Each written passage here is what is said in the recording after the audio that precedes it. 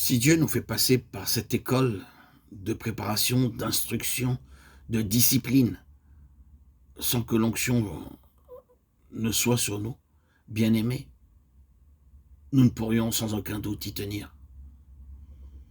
S'il nous obligeait à vivre cette histoire-là sans que nous eussions le Saint-Esprit, cet esprit de l'onction, nous abandonnerions avec une grande facilité la partie. En outre, il nous manquerait cette intelligence essentielle qui fait partie de l'onction. Chers amis, frères et sœurs en Christ, je tiens à bien vous faire remarquer ici que l'intelligence spirituelle est un des privilèges inhérents à l'onction. Pour vous, vous avez reçu l'onction de la part de celui qui est saint, et vous avez tous de la connaissance où vous connaissez toutes choses. Pour vous, l'onction que vous avez reçue de lui demeure en vous, et vous n'avez pas besoin qu'on vous enseigne. Mais comme son onction vous enseigne toutes choses, et qu'elle est véritable, et qu'elle n'est point un mensonge, demeurez en lui, selon les enseignements qu'elle vous a donnés. 1 Jean 2, 20, 27, à 3 reprises. Dans ce passage, nous sommes rendus attentifs au fait que l'intelligence est un élément de l'onction. Vous savez, ou vous connaissez. Qu'est-ce donc que nous savons? C'est peut-être quelque chose de très rudimentaire qui peut se ramener, disons, à ceci. Cette école par laquelle Dieu me fait passer se rapporte, je le sais, j'en suis sûr, quelque chose de spécial. Quoi? Je n'en sais rien. Pourquoi je dois passer justement par là? Je ne sais pas davantage. Tout ce que je sais, c'est que dans cette affaire, je suis entre les mains de Dieu. Il a quelque chose en vue. Et c'est cela qui me tient. Notre savoir dans ce domaine ne va peut-être pas plus loin, mais toute la valeur de l'onction est là. Intelligence relative, mais intelligence quand même.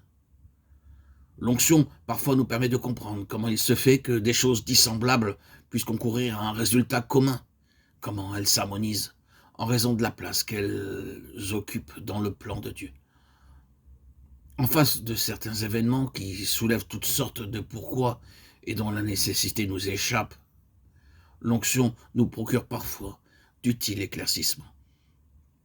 Ce qu'il y a de certain, c'est que Dieu nous destine à quelque chose qui soit absolument de lui. Pour en arriver là, il nous fait passer par une école qui a pour but de nous dépouiller absolument de nous-mêmes. Or, quand Dieu se met ainsi à nous vider, quand notre moi doit subir l'une après l'autre toutes les variantes de la crucifixion jusqu'à ce qu'il ait complètement disparu de la scène, nous serions souvent tentés de briser ce joug et de tout planter là, si nous n'avions pas cette intelligence sacrée qui est un des privilèges de l'onction.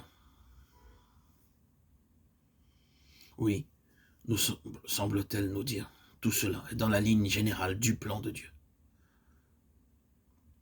La fin qu'il a en vue, c'est que tout dans ta vie soit de Dieu, absolument tout. Il faut donc que tout ce qui est de toi disparaisse. Tout cela se tient. C'est logique. Tu ne peux pas t'attendre à autre chose.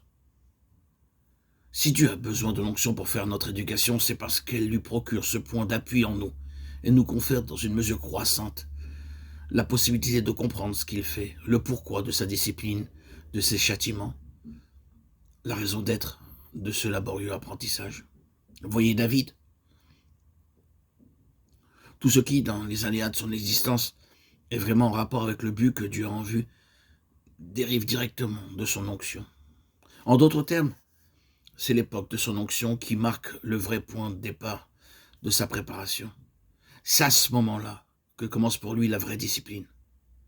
Toutes ces épreuves subséquentes représentent, dans leur ensemble, la divine pédagogie.